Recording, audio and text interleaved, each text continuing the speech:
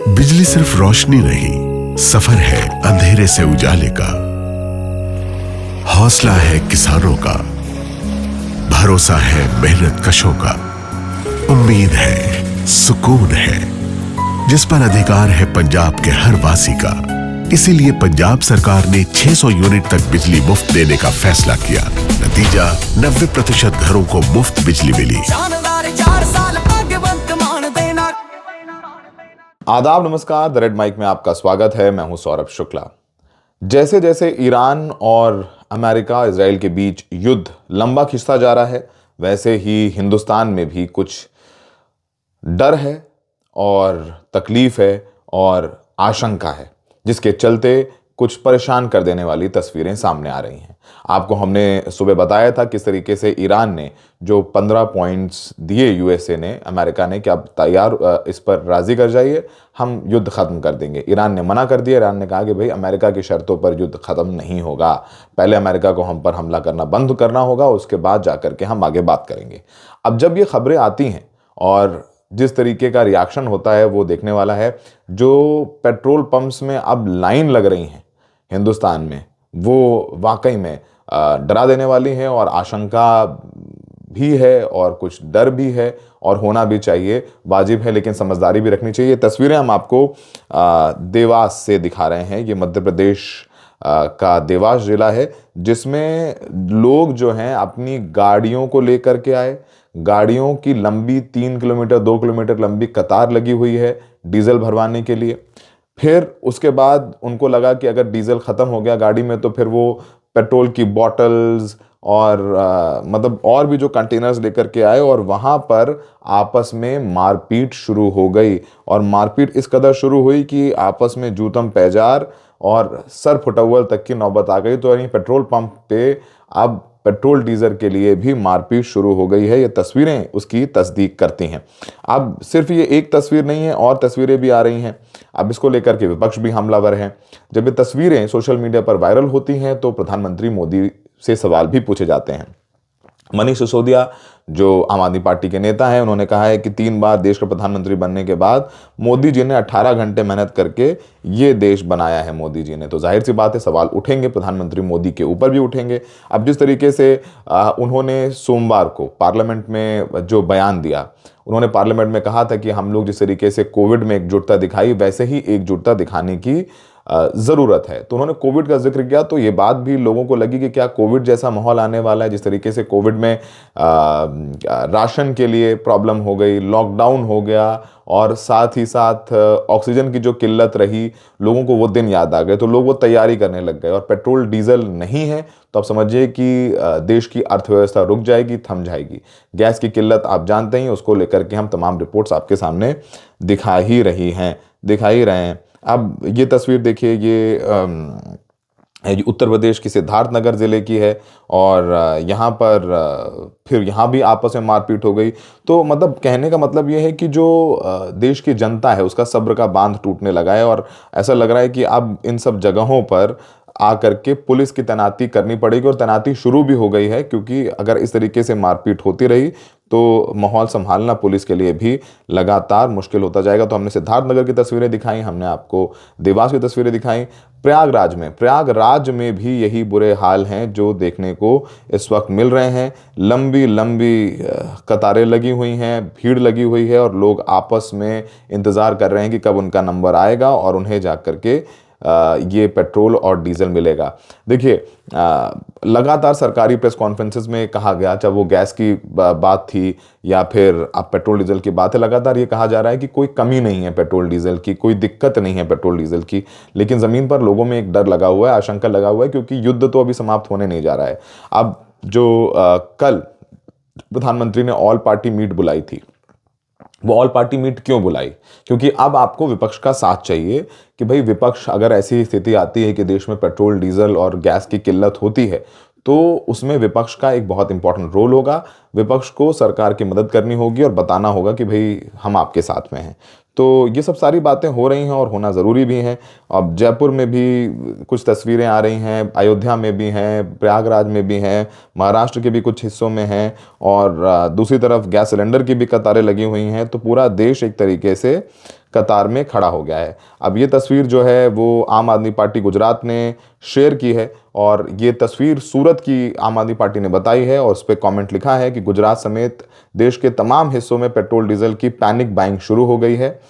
केंद्र सरकार की तरफ से कोई स्पष्टता ना होने की वजह से लोग परेशान हैं।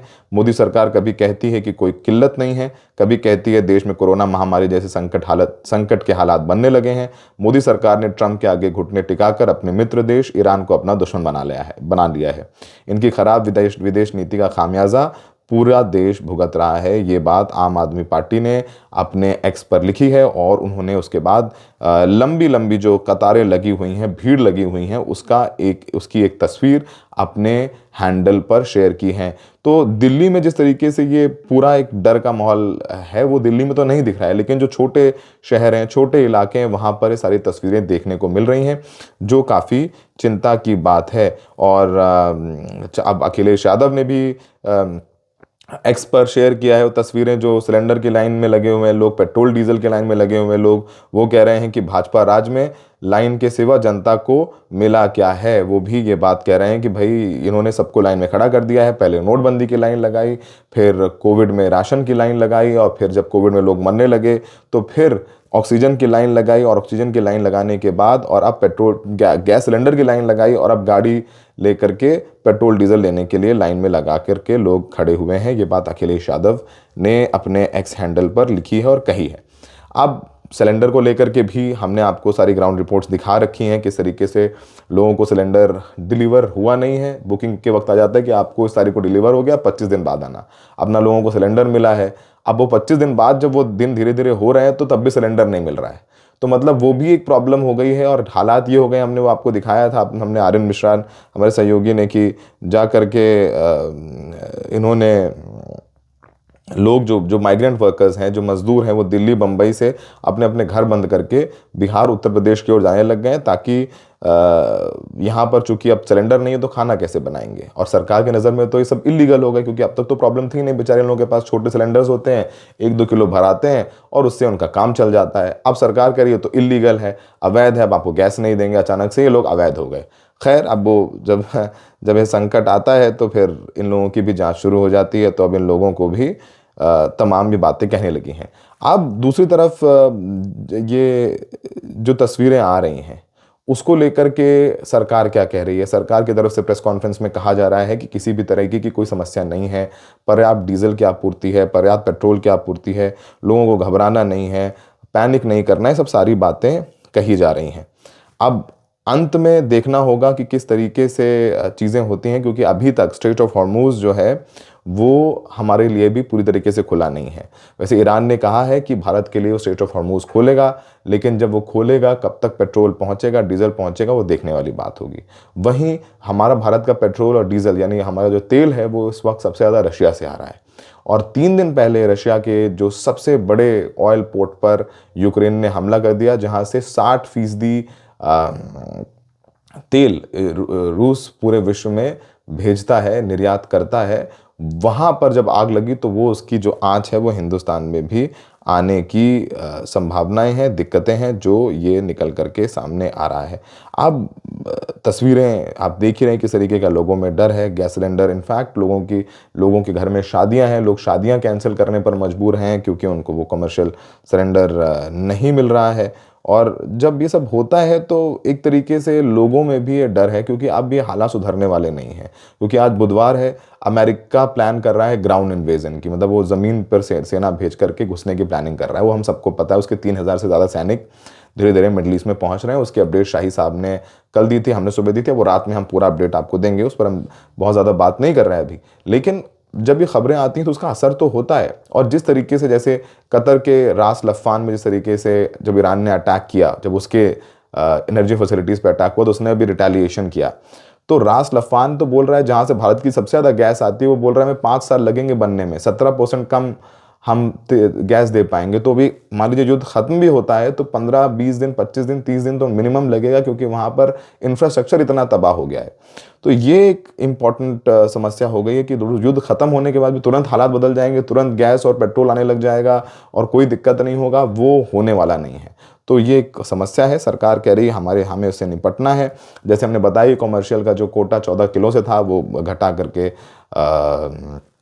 10 किलो कर दिया गया है। ये सब सारी चीज़ें की जा रही हैं, लेकिन ये कितनी मिलेंगी, कितना इसमें सफलता मिलेगी, वो देखने वाली बात होगी।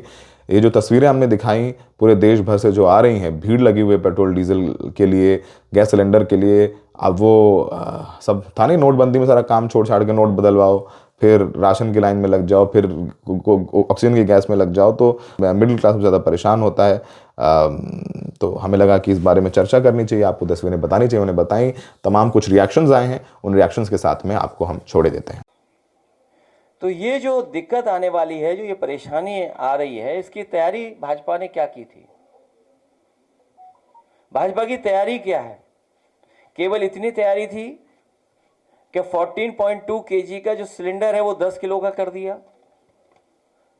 अगर इतना भी कर दिया है तो पर्याप्त आपको 1.5 गुना संख्या में सिलेंडर बन गए होंगे, क्योंकि आपने 14.2 किलो से हटा करके 10 किलो का सिलेंडर कर दिया। इसका मतलब आपके पास हर सिलेंडर में 4 किलो से ज्यादा पर्याप्त गैस थी जो दूसरे सिलेंडर में भर करके दे सकते थे। उसकी आपने क्या तैयारी की? तैयारी तो कम, लेकिन कोरोना की याद दिला दी। इसलिए मैं कहना चाहता हूं कि भारतीय जनता पार्टी ने लाइन के सिवा कुछ नहीं दिया है। अभी आप देखिएगा गैस और पेट्रोल, अभी भारत सरकार के गलत विदेश नीतियों के कारण और आगे आप देखेगा ये कठिनाइयाँ परेशानियाँ और बढ़ेंगी। गैस की किल्लत होगी और पेट्रोल और डीजल का दाम भी जो है अभी बहुत बढ़ने वाला है, क्योंकि सरकार को केवल अपने से मतलब है, ना कि देश से मतलब है। जो भी इनकी नीतियाँ रही हैं, फॉरेन पॉलिसी रही है, पूरी तरीके से फ्लॉप रही है। आप सब लोगों को पता है जब पाकिस्तान से हम लोगों का लड़ाई युद्ध जब चल रहा था, तब भी कोई भी हमारा पड़ोसी मुल्क भी हम लोगों के साथ नहीं खड़ा था। तो आप समझ सकते हैं कि जब से भाजपा एनडीए की सरकार बनी है, तब से हमारा फॉरेन पॉलिसी जो है चौपट हो चुका है, और फॉरेन पॉलिसी ना होकर के एक निजी पॉलिसी के रूप में प्रधानमंत्री और विदेश मंत्रालय जो है काम कर रहा है। 2 घंटे तो हो गए कब तक। पेट्रोल के लिए भैया तेल है, वाकई नहीं है, 50 रुपये के लगभग तेल है। लोग पता नहीं क्या प्रशासन क्या है, आगे पता नहीं क्या है कि तेल मिलेगा नहीं मिलेगा, सब इसलिए परेशान है। 2 घंटे तो 2-2.5 घंटे तो हो गए लगभग। 4 घंटे तो लाइन में लगे हुए हैं। किसके लिए लाइन में लगे हैं? पेट्रोल के लिए नहीं भैया, 5 घंटा हो गया, नहीं मिला। क्या नाम है? आखिर से ऑटो 1 घंटे से किसके लिए? पेट्रोल के लिए। क्या हुआ, क्यों दिक्कत हो रही है? पेट्रोल बता रहे हैं शॉर्ट है फैजाबाद में, इसी कारण से पेट्रोल नहीं मिल रहा है। हम लोग 1 घंटे से, हाँ अभी मिलेगा। बहुत कितनी देर से खड़े हैं आप? 1 घंटे से लगभग। क्या नाम है?